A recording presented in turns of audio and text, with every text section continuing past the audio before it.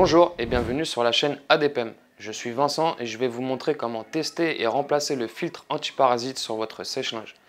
Tout d'abord, avant de commencer, une petite consigne de sécurité. Pensez à débrancher l'appareil électriquement. Les symptômes de panne. Vous aurez besoin de remplacer le filtre antiparasite si l'appareil ne démarre pas ou fait sauter le disjoncteur. Les outils nécessaires pour cette intervention. Vous allez donc avoir besoin d'une visseuse ou d'un tournevis qui fera très bien l'affaire, d'une paire de gants pour vous protéger les mains, d'un multimètre pour effectuer nos tests, d'une pince ou une pince multiprise pour extraire nos cosses, et d'un petit verre ou un récipient pour garder nos vis. Alors pendant que je prépare l'appareil, n'hésitez pas à vous abonner à notre chaîne.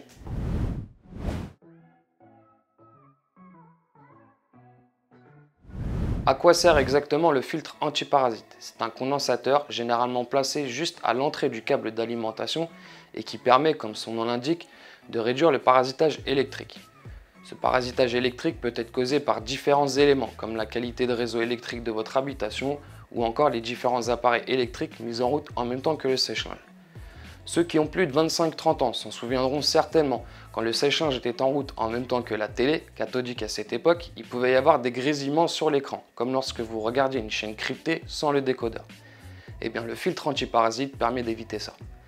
Il sert également de protection et sera la première pièce à lâcher pour protéger l'appareil en cas de surtension, comme lors d'un gros orage par exemple.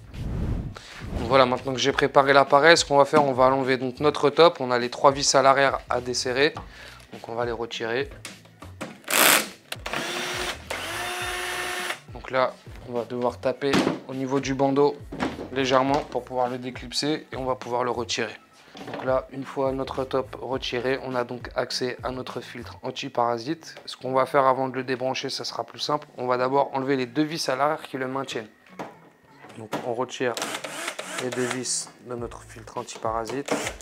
Donc il va commencer à bouger, mais vous avez vu, on a les 2 pattes là qui le maintiennent, donc il ne tombera pas. Donc voilà, maintenant qu'on l'a enlevé, avant d'effectuer notre photo, ce qu'on va pouvoir faire, c'est débrancher le connecteur blanc, parce que celui-ci, on ne va pas pouvoir se tromper au niveau du branchement. Et là, donc, je vous conseille, pour ne pas vous tromper au niveau du branchement sur le fil marron et bleu, de prendre une photo. On prend une photo et on met de côté. Et là, on va pouvoir donc débrancher notre antiparasite. Donc je vais vous conseiller d'utiliser une pince pour vos cosses. Parce que sur celle-ci, il y a un petit détrompeur, donc il va falloir pincer la cosse et tirer légèrement. Voilà, ça vous permettra d'éviter d'abîmer votre câble. Même chose pour celle-ci, si vous avez un peu de résistance, n'hésitez pas à jouer de droite à gauche. Et là, je vous conseille, c'est de venir en dessous de la prise noire et de faire glisser, comme ceci, de faire levier. Pareil pour le marron. Voilà. Donc voilà, maintenant qu'on a démonté notre filtre antiparasite, je vais vous montrer comment tester la continuité et sa valeur en microfarad. Si je me mets sur cette cosse là et que je vais bien sur celle d'en face, c'est censé sonner, ce qui est normal. À l'intérieur, ils sont reliés. Par contre, si je viens toucher celle-ci et que ça sonne, ça veut dire qu'il y a un court-circuit. Donc là, pour le coup, ça sonne pas, j'ai pas de court-circuit.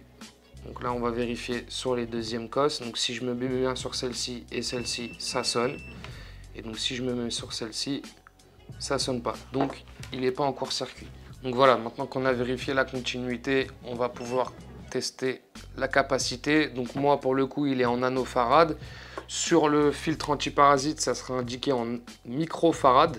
Donc il y aura écrit 0,47. Donc si nous, sur mon multimètre, on tombe entre 460 et 470 nanofarad, c'est qu'on est dans les bonnes valeurs. Donc on va tester ça tout de suite. On va prendre donc les deux à l'extrémité.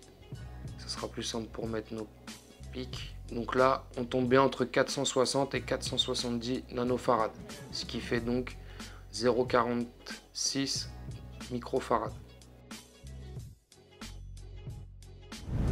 Donc voilà, maintenant qu'on a effectué nos tests, on va pouvoir rebrancher, dans votre cas pour vous, le nouveau filtre antiparasite. Moi, le mien, je n'ai pas besoin de le remplacer. Ce que je vais faire, c'est que je vais reprendre la photo pour mes connecteurs. Donc, on a dit le bleu à gauche.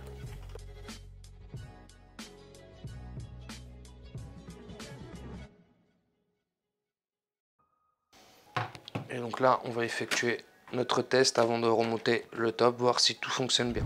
Je vais donc allumer mon appareil. Il chantonne un petit peu. On va choisir n'importe quel programme et on va le lancer, voir si l'appareil se lance bien. Nickel.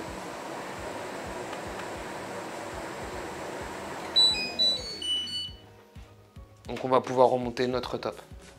Donc on a vérifié que l'appareil fonctionne très bien, on va pouvoir donc remettre notre top.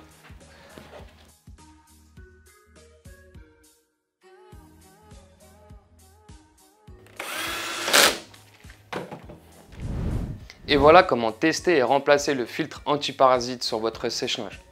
Un petit conseil pour terminer, évitez de brancher l'appareil sur une multiprise pour éviter la variation de tension. C'est d'ailleurs un conseil valable pour la plupart des gros appareils électroménagers. Si cette vidéo vous a été utile, n'hésitez surtout pas à nous mettre un pouce bleu, abonnez-vous à notre chaîne et activez les notifications pour être informé de la sortie de nos prochaines vidéos. Si vous avez la moindre question, n'hésitez surtout pas à la mettre en commentaire.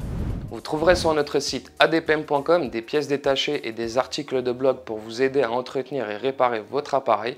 Nous avons également un forum pour vous apporter une aide à la réparation. Les liens sont dans la description et à bientôt sur ADPM.